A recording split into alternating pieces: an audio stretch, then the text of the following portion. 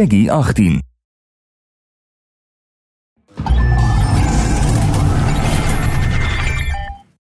Hello everyone, I'm Colin Graham. I'm the animation director on Watch Dogs, and today I'm excited to present to you a vertical slice of the Watch Dogs free roaming experience.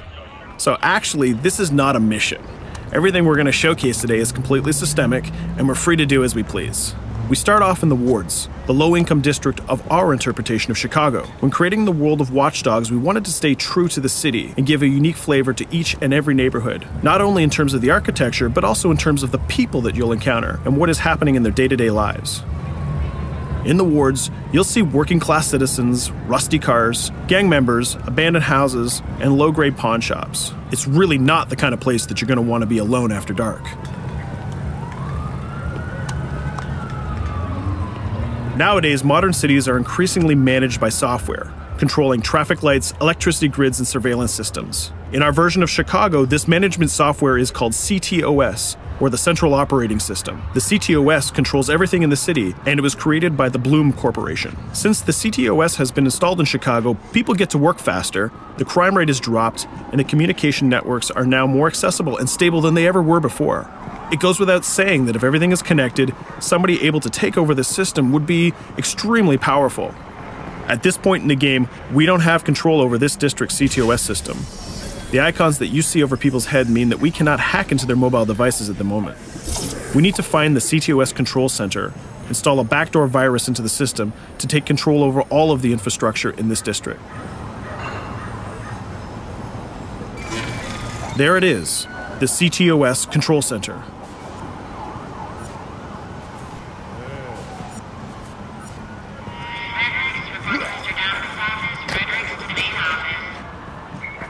Watch it. You're walking someplace you got no business. It's heavily guarded. Let's see if we can find the server access codes from a distance. With cameras, we can explore restricted areas without being spotted, tag different guards, and access details on their lives. What the hell is she doing with that weasel motherfucker? It seems that Bloom employees all have a sort of shady past. There it is, the access code to the server room. Unfortunately, we can't access the server via the cameras. We need to sneak inside. One thing that was really important to us when we designed Watch Dogs was to fully support different player styles. Every situation in the game can be tackled the way the player sees fit. In this situation, we can go all out guns blazing, completely stealth without the guards ever seeing us, or we can hack from a distance without ever setting foot inside the restricted area. Let's hack this forklift. Aiden can use the environment to distract and lure guards. Pretty much anything you hack has multiple functions. So, for example, you could use this forklift to access the roof, or you could use it to create cover. Hacking in Watch Dogs is all about player expression. Let's set an improvised explosive device so we can hack it a little bit later.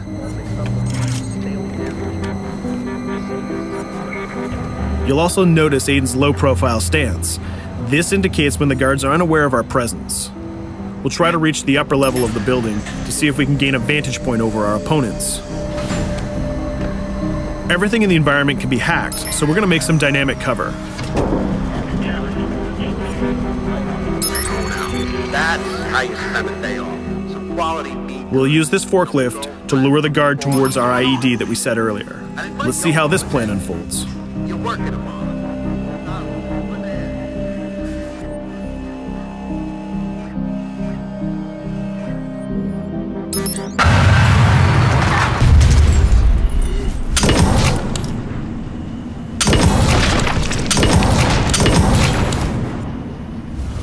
What you just saw is called focus. It represents Aiden's analysis capabilities and his quick reflexes. This gives the player more time to combine core game mechanics together, such as shooting, hacking, and driving, in order to handle more complicated situations.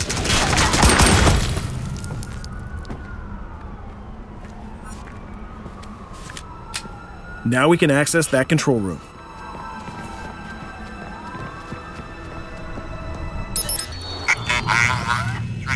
Drop 2, 5.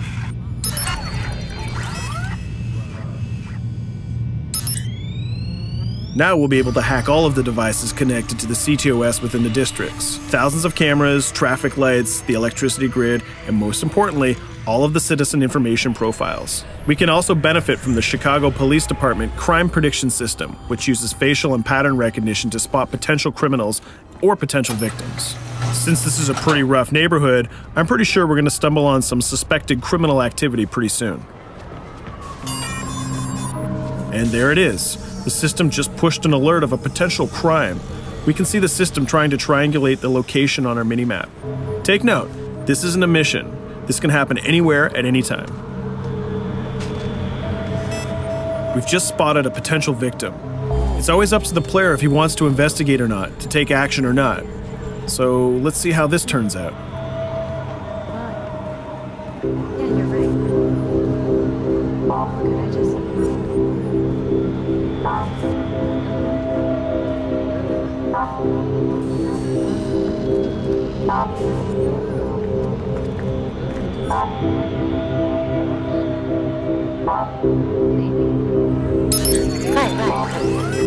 You think you're leaving me? Huh? Jesus, I told you to stay away from me! You belong to me now. Get it? You better leave or I'll call the cops! I'll fucking kill you, goddammit! Get off! Yo, that was close. Good thing that we intervened. We managed to prevent the crime, but we triggered a chase. From here, the criminal's behavior is unpredictable. He can try to get away, shoot back at us, surrender, or call for backup.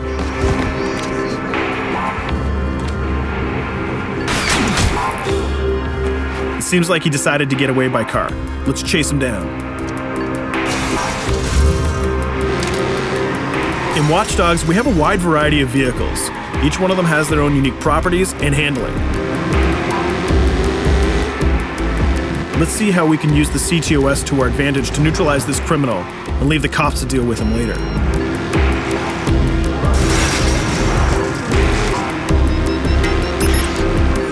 The chase stops right here. Using the blockers usually reserved for the cops during interventions, we managed to stop this criminal without killing him.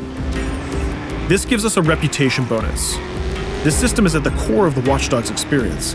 Depending on how we handle different situations in the game, the media and the citizens will have a different perception of our hero, whether he is a true vigilante or a reckless criminal. This will have repercussions throughout the game. Now, let's head for the Loop, the historical district of Chicago, where you're going to find the most iconic buildings in the city.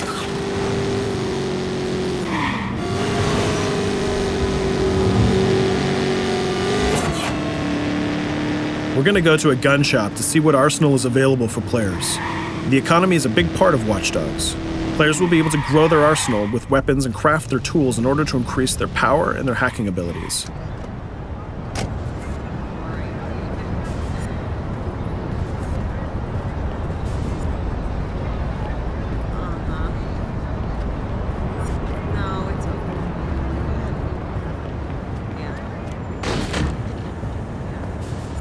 You will find all of the weapons that you would expect in a traditional shooter. Pistols, assault rifles, guns, sniper rifles, and grenade launchers, just to name a few. A lot of bullets were fired in our last encounter with the CTOS guards. Let's stock up on some more ammo. Finding everything.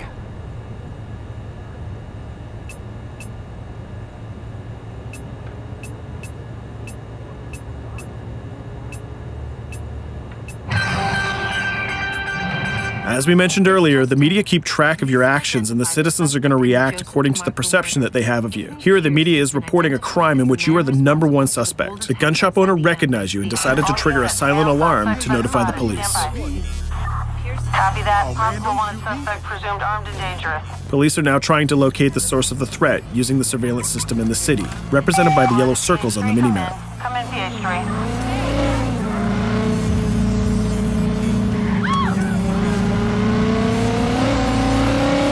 Aiden is able to stall their efforts by hacking into their communication systems while avoiding the scanning areas.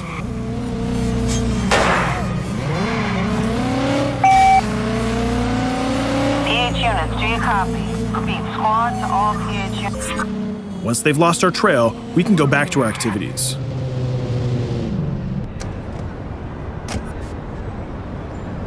One thing that Bloom did to win over the population of Chicago with the CTOS project was to install free Wi-Fi hotspots throughout the city.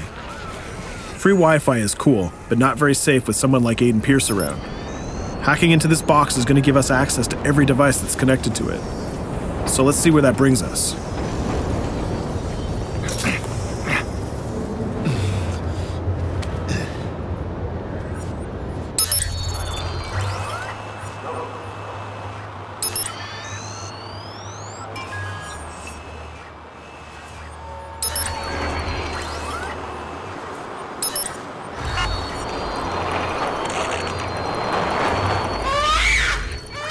We just hacked into the webcam of a laptop. It seems that we're in the apartment of a mother and we can hear her baby crying in the background. Her bank information is in her mobile phone sitting right there on the table in front of us. It's totally up to the player whether we decide to steal it or not. Of course, this won't affect our reputation because nobody can witness this action. Just like in real life, nothing is totally black or white, but rather many shades of gray. This is exactly the situation where we want the player to question his own morality. Let's go withdraw that money. If you think that you're alone, think again. Aiden is not the only hacker in town. Someone's trying to install a backdoor virus on Aiden's phone in order to steal a portion of the information that he's gathered through the game so far. First, we're gonna have to reach the area where the signal is coming from.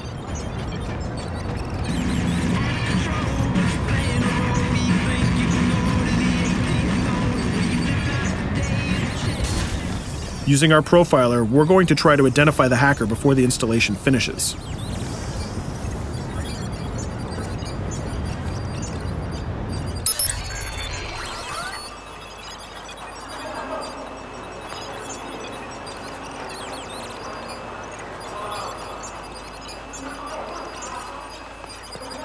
There he is. In Watch Dogs, things aren't always what they seem to be. This is actually another player that seamlessly came into our single-player experience. Let's not let him get away with this. We're going to teach this guy a lesson.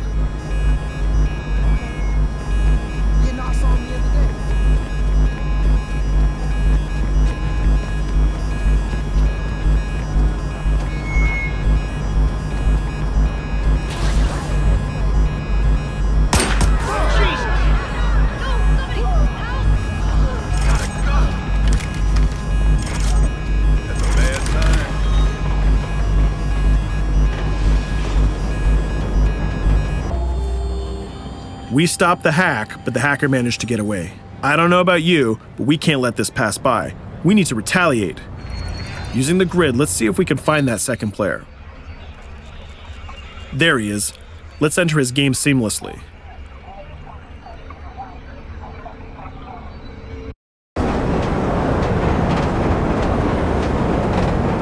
The second player is not yet aware of our presence. If we act carefully, he might think that we're one of the many NPCs in the city.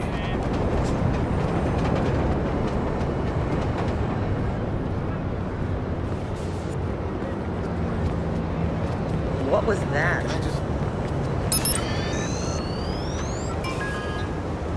So let's find a place to hide and start hacking. What's going on?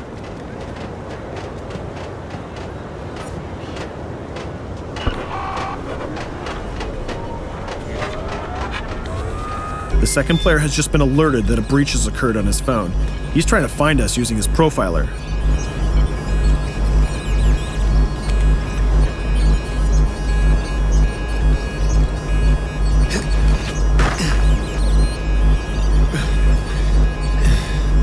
He's dangerously close. Let's hide in the car. We're spotted. Let's get out of there.